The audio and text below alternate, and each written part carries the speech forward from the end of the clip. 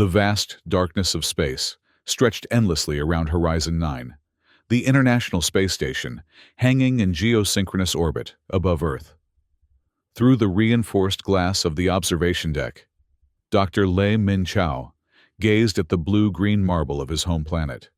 From this distance, Earth looked peaceful, pristine, a stark contrast to the reality of the climate disasters and political tensions that had gripped the world in 2147. Chao adjusted his glasses and turned back to his workstation. As the lead astrophysical engineer at the International Space Observatory, his attention was rarely diverted from the stream of data constantly flowing across his screens.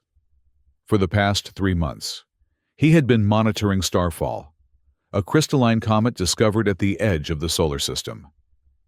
Its composition was unlike anything they had ever seen, a unique blend of minerals and ice that reflected light in ways that made it shimmer like a jewel against the dark canvas of space. "Dr. Chao," Le Huangyan called from the adjacent console. Her voice carried a note of concern that immediately put him on alert. "I'm seeing anomalies in Starfall's trajectory." Chao's fingers flew across the holographic keyboard, pulling up the real-time tracking data. "That can't be right," he muttered, comparing the new readings with the predicted path. "Run a secondary confirmation through the lunar array." Yen, the station's brilliant energy engineer and Chao's oldest friend from their university days in Vietnam, was already ahead of him. "Lunar confirmation incoming. Data matches. Chao, the comet has altered course. The gravitational interaction with Jupiter was stronger than our models predicted." The blood drained from Chao's face as he processed the implications. He ran the numbers again, hoping for a calculation error. But the result remained unchanged. The crystalline comet, nearly 2 kilometers in diameter, was now on a direct collision course with Earth. "How long?" he asked, his voice barely above a whisper. Yen's eyes met his, fear reflected in their depths. 72 hours until impact." Chao took a deep breath, steadying himself against the console. 72 hours to save the planet. The enormity of the task ahead threatened to overwhelm him, but he pushed the feeling aside. There was no time for doubt or hesitation. "Contact the Planetary Defense Council immediately," he ordered, already moving toward the communication hub. "Tell them we're initiating Emergency Protocol Alpha 7. As the alert was transmitted to Earth, Chao gathered his team in the station's central command module. The faces around him were grim, but determined. They all understood what was at stake. "The crystalline structure of Starfall makes it resistant to conventional deflection methods," Chao explained, projecting a holographic model of the comet. "But that same structure may give us an advantage. I propose we implement the Starfall Protocol." The Starfall Protocol was a theoretical defense system Chao had been developing for years, a network of space-based high-energy lasers designed to fragment celestial threats rather than deflect them. Until now, it had remained largely theoretical, deemed too expensive and complex by the international funding committees. "We'll need to modify the station's primary energy array to generate a laser beam powerful enough to fracture the comet," Chao continued. "If we can break it into smaller pieces, most will burn up in the atmosphere or miss Earth entirely." "The main array wasn't designed for that kind of power output," Yen pointed out. "We'd need to install additional energy modules to boost the capacity." "Then that's what we'll do," Chao said firmly. "We have a rescue shuttle docked at Bay 3. We'll request an emergency launch from Earth with the necessary components."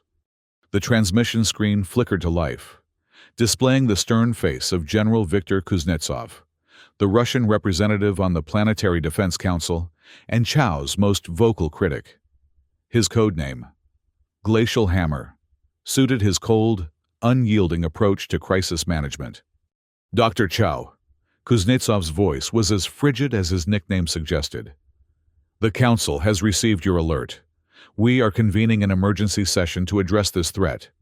"General, we don't have time for lengthy deliberations," Chao insisted. I've already outlined the Starfall protocol as our best course of action. We need approval to begin modifications to the station immediately. Kuznetsov's expression hardened. Your laser theory remains untested.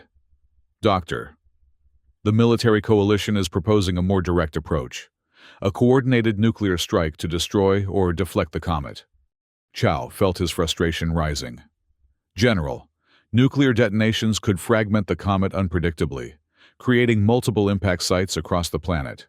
The laser allows for precise fracturing along the comet's structural fault lines. The Council will consider all options, Kuznetsov replied dismissively. Stand by for further instructions. The transmission ended, leaving Chow staring at a blank screen. He turned to his team, determination etched on his features. We can't afford to wait. Begin preliminary modifications to the energy array. Yen, start calculating the power requirements. Sanjay, prepare a list of components we'll need from Earth. Dr. Sanjay Mehta, the station's spacecraft systems specialist, nodded. His calm demeanor never wavered, even in crisis. I'll have the list ready in 30 minutes. I'll also begin reconfiguring the station's power grid to accommodate the increased load. As the team dispersed to their tasks, Chow returned to the observation window. Somewhere out there, invisible to the naked eye, Starfall was hurtling toward them, a silent, implacable force of nature that threatened to end human civilization. "We will stop you," he whispered to the darkness. "We have to." Down on Earth, the news of the impending impact spread rapidly through government channels. Emergency response centers in New York, Beijing, and Geneva sprang into action, coordinating evacuation plans for coastal regions most at risk from potential tsunami impacts. In Geneva, the Planetary Defense Council had assembled in their underground chamber. Representatives from 12 nations sat around a circular table, faces illuminated by the glow of data screens displaying Starfall's trajectory. Dr. Chow's proposal is too risky, Kuznetsov argued, his voice echoing in the chamber. The space laser has never been tested on this scale. We cannot gamble the fate of humanity on unproven technology. And nuclear weapons are a safer bet? Challenged the Chinese representative, Dr. Lin Wei. The radiation aftermath alone could be catastrophic, not to mention the unpredictable fragmentation pattern. At least we know nuclear weapons work, Kuznetsov countered. We've been developing asteroid defense protocols using nuclear options for decades. The council chair, Director Afolayan of Nigeria, raised her hand for silence. We have less than 70 hours remaining.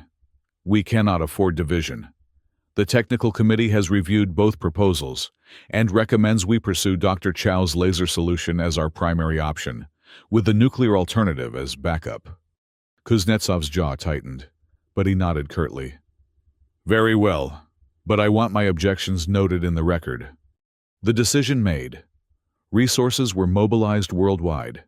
In Kazakhstan, at the International Space Launch Center, engineers worked feverishly to prepare a rapid deployment rocket, carrying the energy modules needed for Horizon 9's laser modification. Launch window in 4 hours, the mission director announced. Weather conditions optimal. We're loading the final components now. Aboard Horizon 9, Chow received the news with relief. 4 hours. We'll be ready. The station had become a hive of activity. Panels had been removed from walls, exposing the complex network of power conduits that would need to be reconfigured. Yen had commandeered the main laboratory, converting it into a staging area for the laser assembly. The alignment will be critical, she explained, showing Chow her calculations. We'll have one chance to get this right. If the beam disperses even slightly, we won't have enough energy to fracture the comet. Chow nodded, studying the diagrams. What about the energy distribution network? Can it handle the load? Not without the new modules, Yen admitted. We're pushing the existing system to its limits, just for the preliminary tests. As if to emphasize her point, the lights flickered briefly. Sanjay looked up from his console with concern. That's the third power fluctuation in the last hour, he reported. "The system is already unstable." Chow frowned. "Keep the test running. We need to identify any weak points before the modules arrive." The hours ticked by in a blur of activity. On Earth, populations were being moved inland from coastal areas. Military forces worldwide were placed on high alert. The public was informed of the threat, causing waves of panic in some regions and remarkable solidarity in others. At the 60-hour mark, with just 2.5 days remaining until impact, the supply rocket launched from Kazakhstan, carrying the crucial energy modules for Horizon 9. Chow watched the launch feed from the command center, holding his breath until the rocket cleared the atmosphere. "Trajectory is good," Sanjay confirmed. "Estimated arrival in 6 hours." But space had never been kind to human endeavors. 4 hours into the rocket's journey, as it approached the orbital path of Horizon 9, disaster struck. "We're detecting a massive solar flare," Sanjay announced, his normally calm voice tinged with alarm. "It's disrupting communications with the transport vessel." Chow rushed to the monitoring station. The displays showed a massive eruption on the sun's surface, sending waves of charged particles hurtling through space, directly into the path of their incoming supply ship. "Can we establish contact?" he demanded. Sanjay shook his head. "All frequencies are jammed. The radiation is interfering with their navigation systems too." Chow made a quick decision. "Prepare the maintenance shuttle. I'll go out and guide them in manually." "That's too dangerous," Yen protested. "The solar radiation levels are off the charts." "We have no choice," Chow replied grimly. "Without those modules, we can't generate enough power for the laser. Without the laser, Earth dies." Within 30 minutes, Chow was sealed in a radiation-shielded spacesuit, piloting the small maintenance craft away from Horizon 9. The shuttle's communication system, more powerful than individual suit radios, might be able to penetrate the interference and establish contact with the supply ship. As he navigated through the radiation storm, the shuttle's systems flickered and warned of impending failures. His visor display showed radiation levels climbing steadily. "Supply vessel Sierra 5. This is Dr. Chow from Horizon 9. Do you copy?" He repeated the message every 30 seconds, scanning the darkness for any sign of the transport. Finally, a broken transmission came through. Zon 9. This is Sierra 5. Navigation systems failed. Flying blind." "Sierra 5, follow my beacon. I'm on approach to your position now." Through the radiation haze, Chow finally spotted the supply vessel, a bulky cargo ship drifting off course, its navigation lights blinking erratically. With painstaking precision, he maneuvered his shuttle alongside the larger craft, establishing a temporary physical link that allowed him to feed navigation data directly into their systems. "Follow me back," he instructed the pilot. "Stay on my tail. Distance of 50 meters. We're going home." The return journey pushed both vessels to their limits. Warning alarms blared continuously in Chow's cockpit as systems overheated and radiation leaked through the shuttle's compromised shielding. By the time they reached Horizon 9's docking bay, his radiation exposure monitor was flashing red. Sanjay and a medical team were waiting as Chow stumbled from the shuttle, removing his helmet to reveal a face drenched in sweat. "The modules?" he asked immediately. "Intact," Sanjay confirmed. "Yen has already begun integration." "Good." Chow nodded weakly before collapsing into the arms of the medical officer.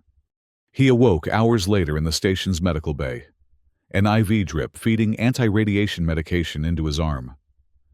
Yen sat beside his bed, dark circles under her eyes, betraying her exhaustion. "How long was I out?" Chow asked, trying to sit up. 6 hours, she replied, gently pushing him back down. "The doctors say you received a dangerous dose of radiation, but the meds should prevent any permanent damage." 6 hours, Chow repeated, alarm clear in his voice. "That means—" 54 hours until impact, Yen confirmed. "But don't worry. The team has been working non-stop. The modules are installed, and we've begun power integration tests." Chow swung his legs over the side of the bed, ignoring Yen's protests. I need to see the progress. Despite the doctor's objections, Chow discharged himself from medical care and made his way to the main engineering bay. The transformation was remarkable. Where once there had been standard research equipment, now stood the beginnings of the most powerful laser ever constructed by human hands. The new energy modules, cylindrical units 2 meters high, were arranged in a ring around the central emission chamber.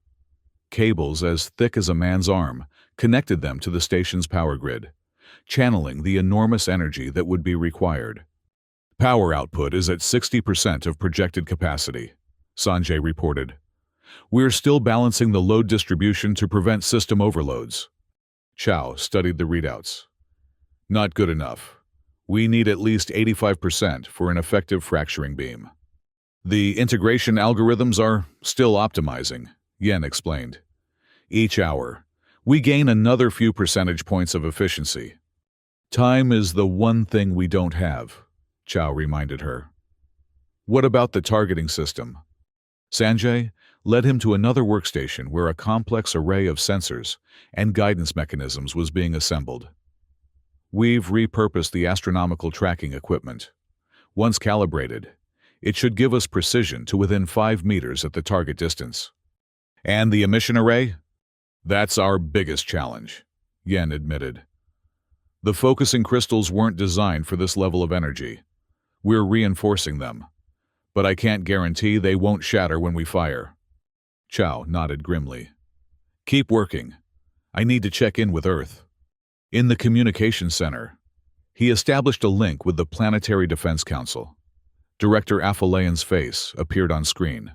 Lines of worry etched deeply into her features. Dr. Chow, we were concerned when we lost contact with you during the solar flare. What is your status? We're proceeding with the laser assembly, he reported. Current projections give us approximately 70% chance of successful comet fragmentation.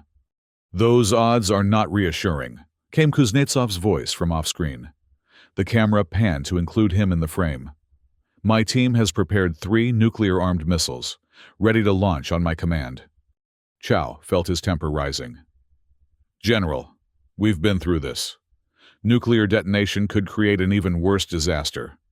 And your laser could fail entirely, Kuznetsov countered. I will not gamble with the lives of millions without a backup plan.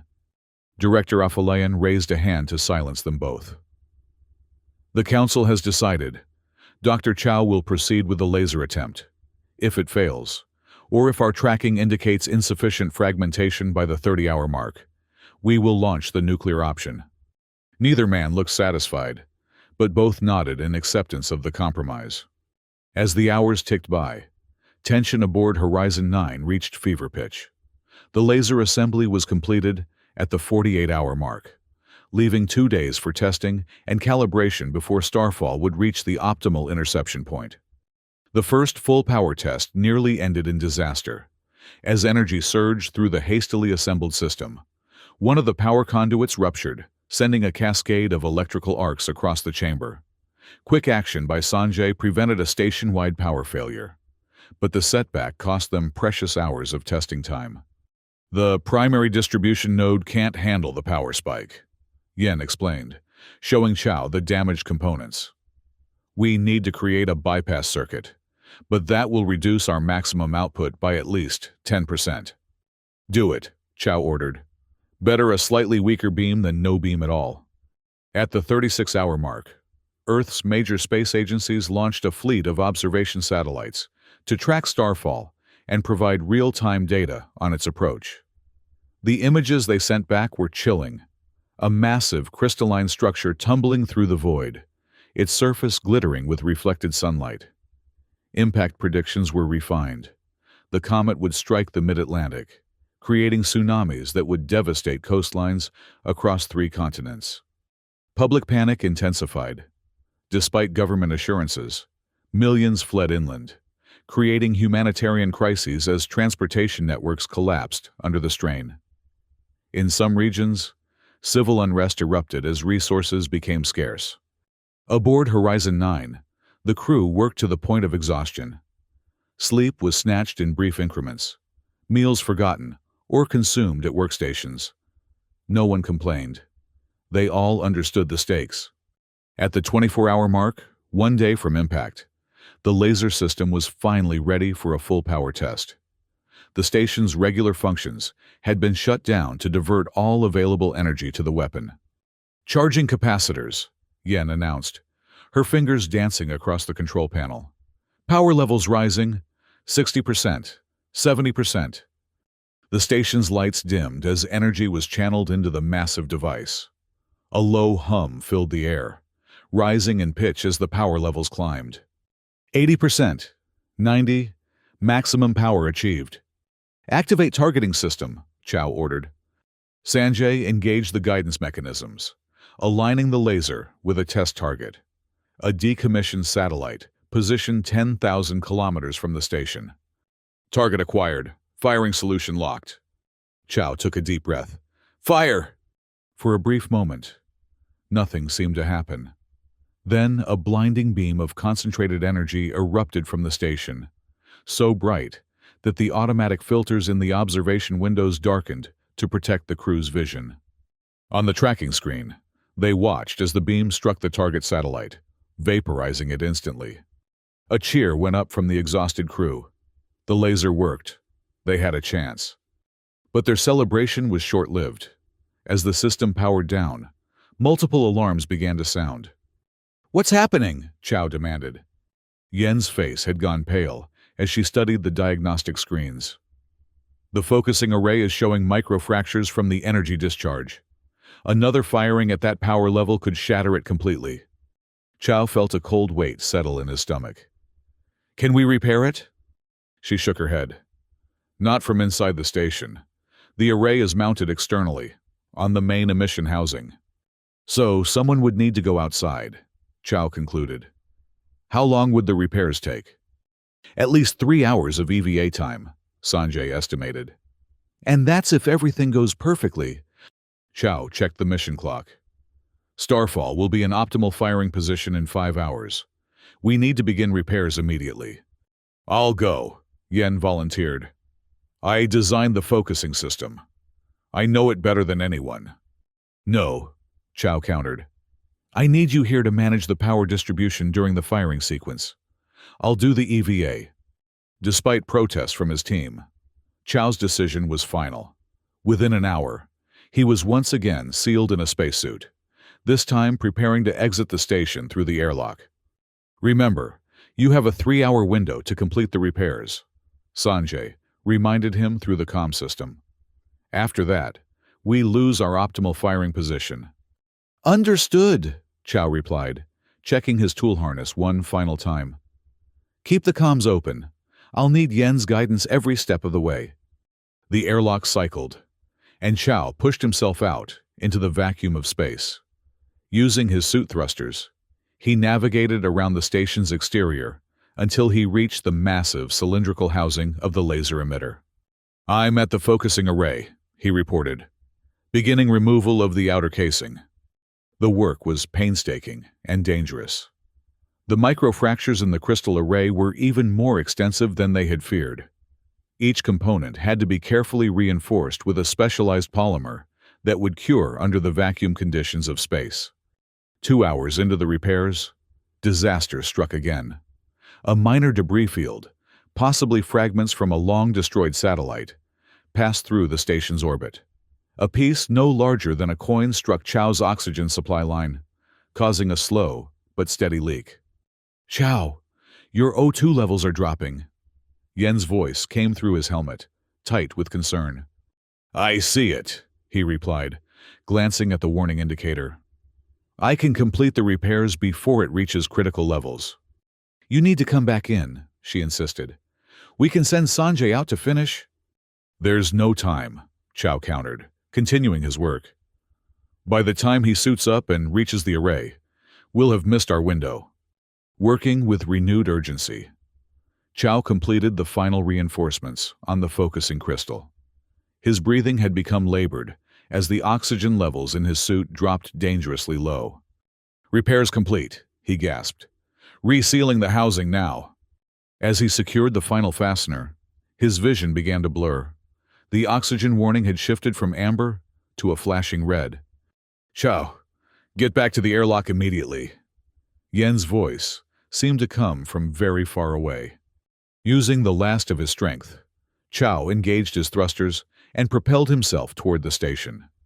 The airlock seemed to recede, even as he approached, his consciousness fading with each labored breath.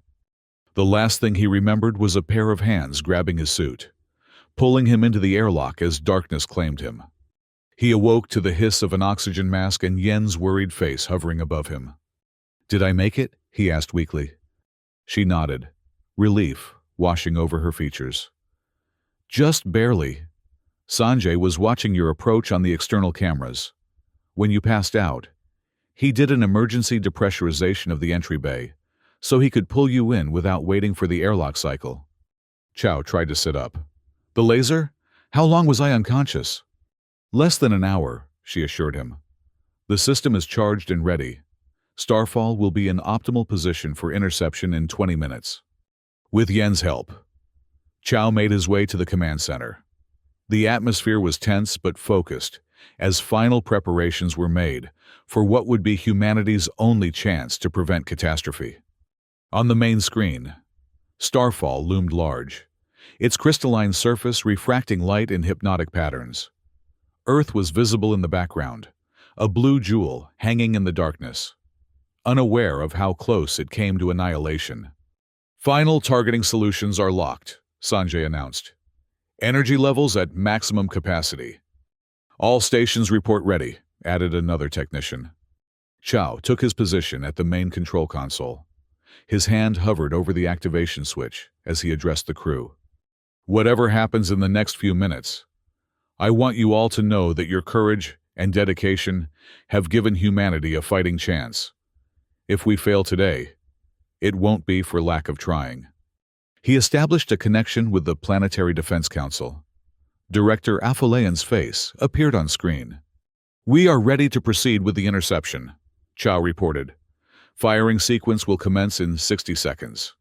"Understood, Dr. Chow," she replied solemnly. "The world is watching. Good luck." As the countdown began, Chow noticed a warning light flashing on a secondary monitor. The station's security system had detected an unauthorized access attempt in the power distribution network. "Someone's trying to sabotage the firing sequence," he realized with alarm. "Trace the source." Sanjay's fingers flew across his keyboard. "It's coming from the military communication channel. They're attempting to divert power from the laser." Chow instantly understood. "Kuznetsov. He's still trying to force the nuclear option." He opened a direct channel to the general. "What do you think you're doing? You'll doom us all." Kuznetsov's cold features appeared on screen. "I'm ensuring the survival of our species. Doctor, your laser is a gamble we cannot afford." "By sabotaging our only real chance?" Chow demanded incredulously. "The nuclear option won't work, and you know it. It will only fragment the comet unpredictably." "My missiles are already primed for launch," Kuznetsov replied. "Stand down your laser, or I'll shut it down remotely." The countdown continued in the background, 30 seconds remaining. "Sanjay, can you block his access?" Chow asked urgently. "Working on it," Sanjay replied, his fingers a blur on the keyboard. "But he's using high-level military override codes." 20 seconds. Director Afolayan reappeared on another screen. "General Kuznetsov, stand down immediately. The Council has not authorized the nuclear launch." "With respect, Director, I answer to a higher authority," Kuznetsov replied coldly. "The survival of my nation takes precedence." 10 seconds. Chow made a desperate appeal. "Victor, look at what we're facing," he said, using the general's first name for the first time. "Look at Earth. That's your home too. Your family, your history, everything humanity has built. If you launch those missiles while we're firing the laser, the interaction could make things worse. Trust the science. Trust us, please." 5 seconds. Something shifted in Kuznetsov's expression, a flicker of doubt, then resolution of a different kind. Perhaps, perhaps you are right, Doctor, he conceded. The warning light on the security monitor went dark as he terminated the sabotage attempt. Firing sequence engaged, Chow announced, pressing the activation switch. Once again, the station dimmed as power was diverted to the massive weapon. The low hum built to a crescendo. And then the beam erupted from the emitter, a lance of pure energy streaking across the void toward the approaching comet. On the tracking display, they watched with bated breath as the beam connected with Starfall. For a heart-stopping moment, nothing seemed to happen. Then, slowly, fracture lines began to appear across the comet's crystalline surface. "It's working!" Yen exclaimed. "The structural integrity is failing." The fractures spread rapidly, a web of cracks propagating through the massive object. With a silent flash, visible even from Earth, Starfall broke apart, its once solid mass separating into dozens of smaller fragments. Cheers erupted throughout the station as tracking data confirmed that most of the fragments had been deflected onto trajectories that would miss Earth entirely. A few smaller pieces would still enter the atmosphere, but they were small enough to burn up harmlessly or land in remote ocean areas. The laser powered down, its task complete. Warning alarms immediately began to sound throughout the station. "What now?" Chow asked. The celebration cut short. Sanjay looked up from his console, his expression grave. "The power surge has damaged multiple critical systems. Life support is failing, and we're venting atmosphere in sections 3 through 7. "Can we repair it?" Yen asked. Sanjay shook his head. "Not with the resources we have on board. We need to evacuate." Chow nodded grimly. "Prepare the emergency descent module. All personnel, gather only essential research data. We abandon station in 30 minutes." As the crew scrambled to collect crucial scientific information and personal belongings, Chow made one final transmission to Earth. "Planetary Defense Council. This is Dr. Chow. Starfall has been successfully fragmented. Most pieces will miss Earth entirely. However, Horizon 9 has sustained critical damage. We are evacuating via the emergency descent module." "Understood, Doctor," Director Afolayan replied. "Recovery vessels are already being dispatched to your projected landing zone. On behalf of the Council, of all humanity, thank you." The descent module was designed for emergency evacuation, with just enough room for the station's 12 crew members and minimal equipment. As they strapped themselves in, Chow took one last look at Horizon 9 through the module's viewport, the station that had been his home for the past 3 years, now damaged beyond repair.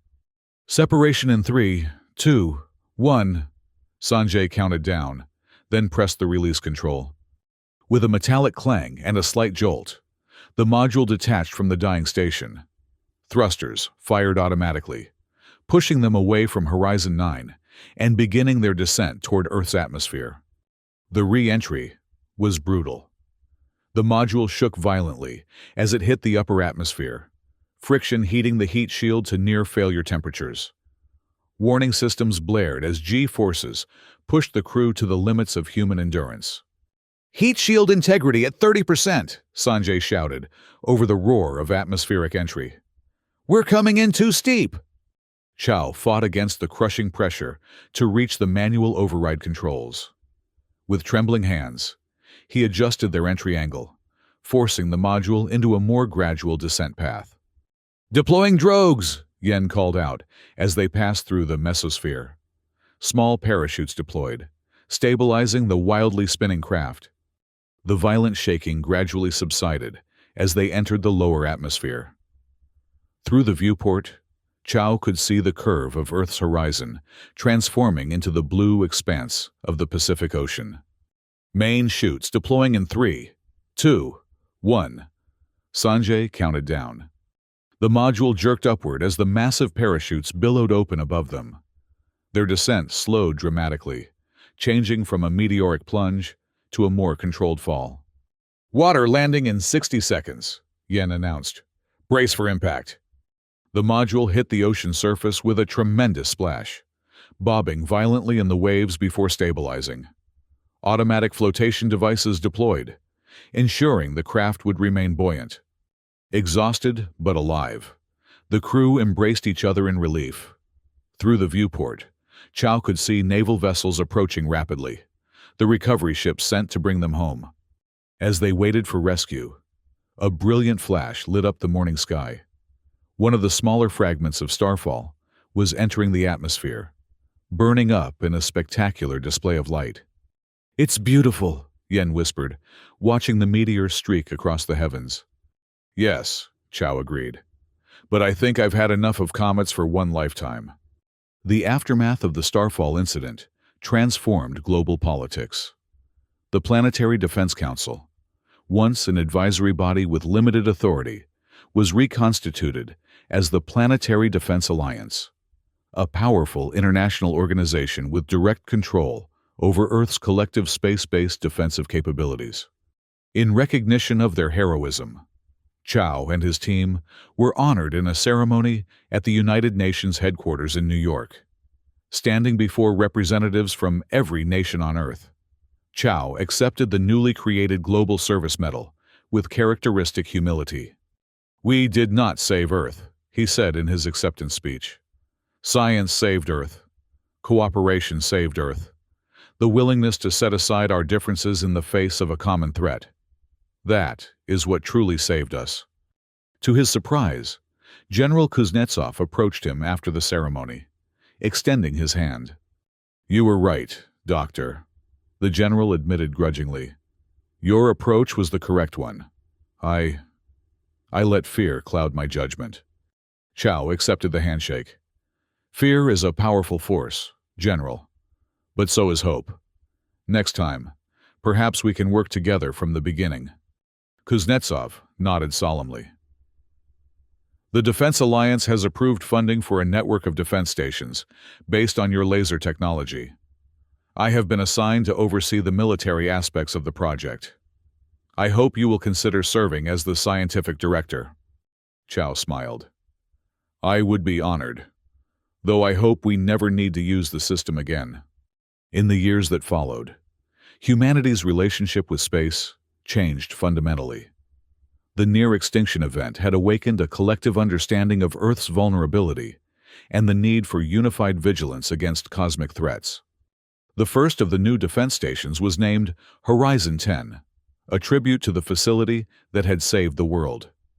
Positioned at the L1 Lagrange point between Earth and the Sun, it combined advanced observation capabilities with defensive systems based on Chow's original design.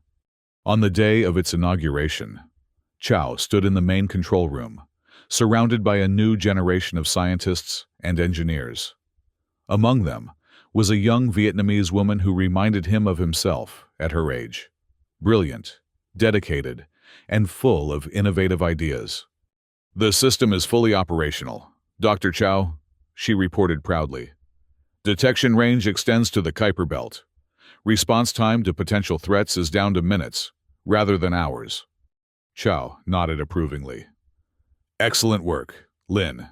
And the international cooperation protocols? All member nations have direct access to the observation data," she confirmed. "Military response actions require unanimous approval from the Defense Alliance Council, with you and General Kuznetsov as primary authorization officers." Chow smiled at the irony. He and his former adversary now shared responsibility for Earth's defense, a partnership that would have seemed impossible during the Starfall crisis. From the observation deck, Earth gleamed blue and serene against the blackness of space. Somewhere down there, life continued. Children were born. Cities grew. Humanity advanced in its endless quest for knowledge and connection. They had come so close to losing it all. 72 hours that had changed the course of human history. 72 hours that had taught humanity a lesson it would not soon forget. That in the face of cosmic indifference, their greatest strength lay in standing together. As new stars appeared in the viewport, not stars at all, but the lights of other defense stations coming online throughout the solar system, Chow felt a profound sense of peace. They were ready now. Whatever the universe might throw at them next, they would face it not as divided nations, but as a united world. The Starfall Protocol had saved Earth once. Its legacy would protect humanity for generations to come.